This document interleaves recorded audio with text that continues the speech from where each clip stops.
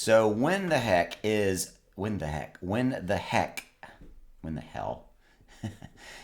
the crypto market going to turn on and go back up and start doing some stuff, right?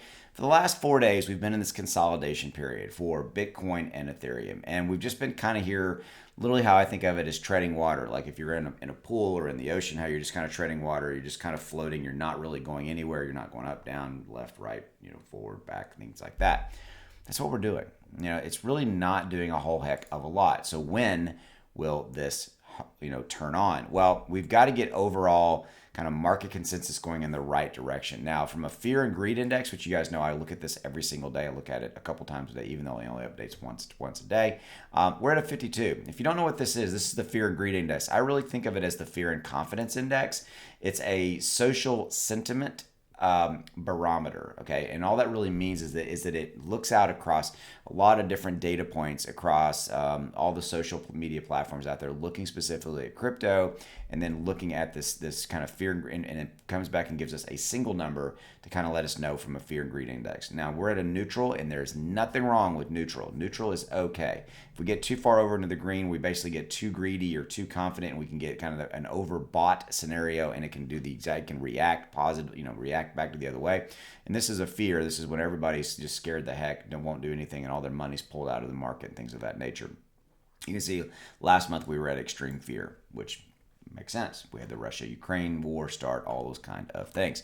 Okay, so kind of going back over here, we've got a couple of things playing out that we will have to kind of see how it all does. Now, we've always got a kind of an overriding thing of the Russia-Ukraine war that really, in my opinion, is kind of a quasi-wet blanket, if you wanted that kind of visual, kind of what's going on in the overall market. We have that playing out, okay?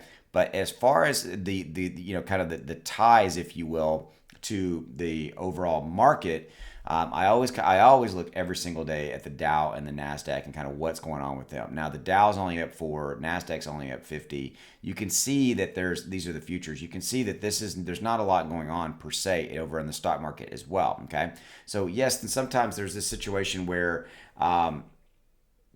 it's one of those deals where we are kind of coupled with it right here, right now.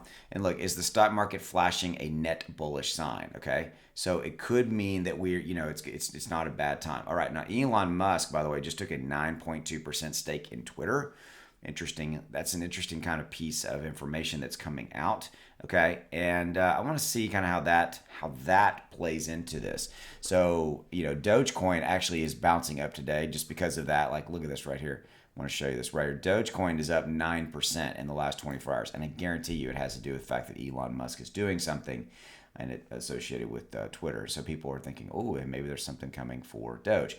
But here's what I also want to show you. If you look at the top 24 hours, at the last 24 hours, the top mover is Mina at number 98 and up 10%. Pancake up 9, Dogecoin 9, CeeLo, etc. And you can kind of see that. But I really what I want you to focus on is the fact that out of the top 100, that the biggest one's only up 10%.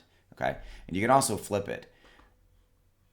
The biggest dropper, the one with the biggest kind of move down is Waves, and only down 15%. Not a lot, right, in the grand scheme of things. And you can see there's just no clear-cut direction. Neither the bulls want it, neither the bears want it right here, right now. Okay, that's where we're at.